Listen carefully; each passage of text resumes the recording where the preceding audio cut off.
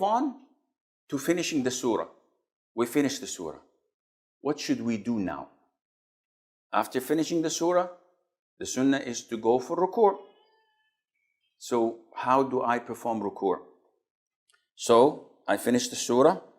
I say, Allahu Akbar. Now listen, I haven't said it yet. Raising the hands, sunnah or mandatory? Sunnah. So the raising of the hands is a sunnah. And when do I say Allahu Akbar? Mistake number one. Allahu Akbar. This is wrong. Mistake number two. Allahu Akbar. Whoa. If these are two mistakes, then what should I do? You should say takbir while moving, not in the standing position and not after you've reached your ruku'. So that it's called takbir of movement. So this is the way it should be. Allahu Akbar. So while moving, saying the takbir. What is the ruling of the takbir, Shaykh? This is wajib, mandatory. Meaning that if you purposely skip it, your prayer is invalid. And if you skipped it out of forgetfulness or an error, you have to compensate this by sujood as-sahw. So I go to the ruku' position. And what I do is the following. Allahu Akbar. Now in the ruku' position, I have to do the following. Number one, my palms of the hands are spread and grabbing my knees like this. So the fingers are spread. My back is straight. So it's not like this, and it's not stretching out downwards. The sunnah is to keep your back straight, as if someone puts water on it, it will remain. It would not spill. I don't know how bad I'm doing this or how I'm doing this. I don't see myself, but I try my level best to do it according to the sunnah. The head, as described in the hadith, should not be pointed up like this, and it should not be tilted down like this. So it should be normal way of doing it. So this is the ruku'. Now you ask me, where should I look, Sheikh? It's an issue of dispute. Sheikh Al-Albani says, in the standing position, we were told to look at the prostration spot. But in the ruku', there is no mentioning of that, which made some scholars say, you should look at the spot of your sujood, prostration, like Sheikh Ibn Uthaymeen. But this would be proven to be difficult, because if you do this, when you're doing ruku' and you're looking at the position of your prostration, you will find that your head is a bit tilted. So Shaykh Al-Albani says, either you look between the area of your prostration and your feet, so in the middle, or you look between your feet, like so. And this area is something that is open. The Prophet did not mention, alayhi salatu wasalam, any specific place. The companions did not describe any specific place. So inshallah, it is more than possible to do whatever you think is best for your salat. Now, after finishing my ruku', during it, I have to repeat the dhikr. And what is the dhikr?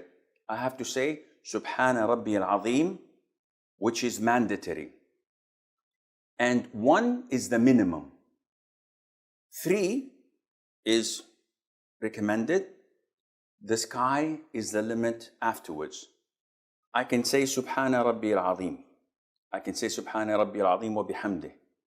I can say Allahumma laka raka'tu, bika amantu, laka aslamt, khasha'a laka sam'i wa basari wa 'azmi wa mukhi wa mastaqallat bihi qadami.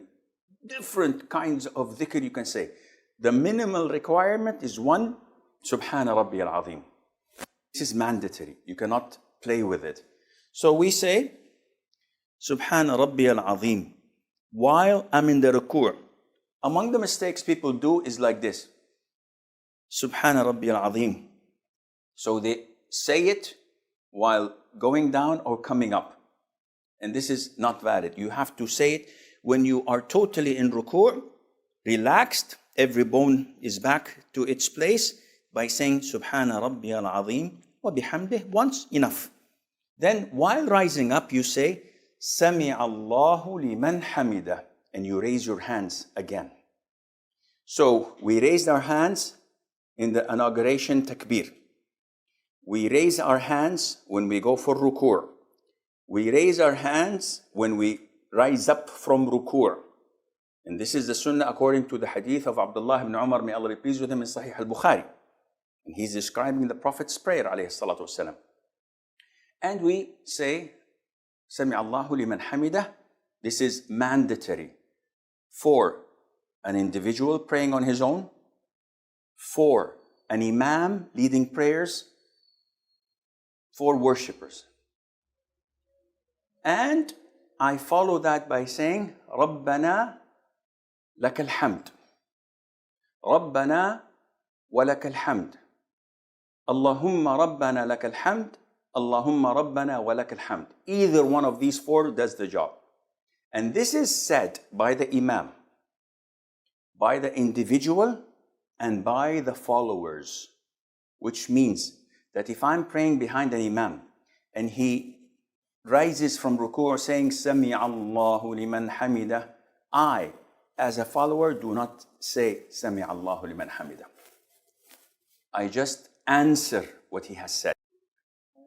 So, I've raised or I raised and I got up from ruku' position saying Sami Allahu liman hamida, Rabbana wa lakal hamd.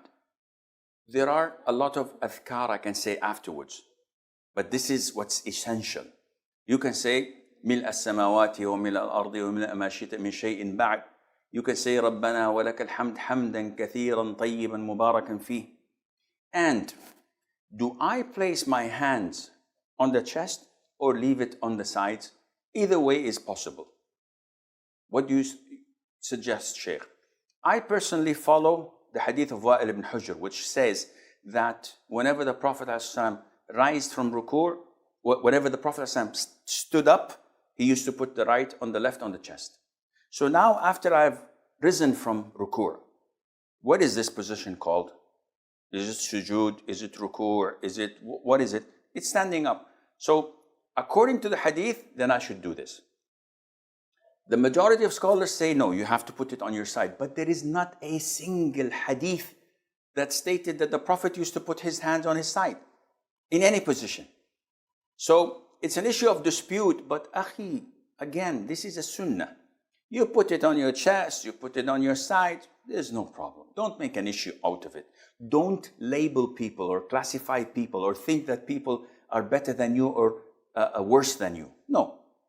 Just leave it as it is. This is the conviction. Leave them.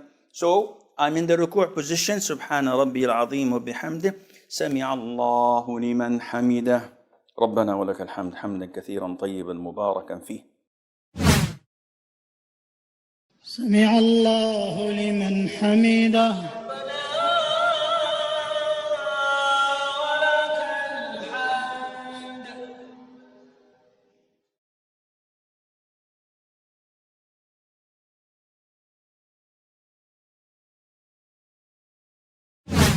This is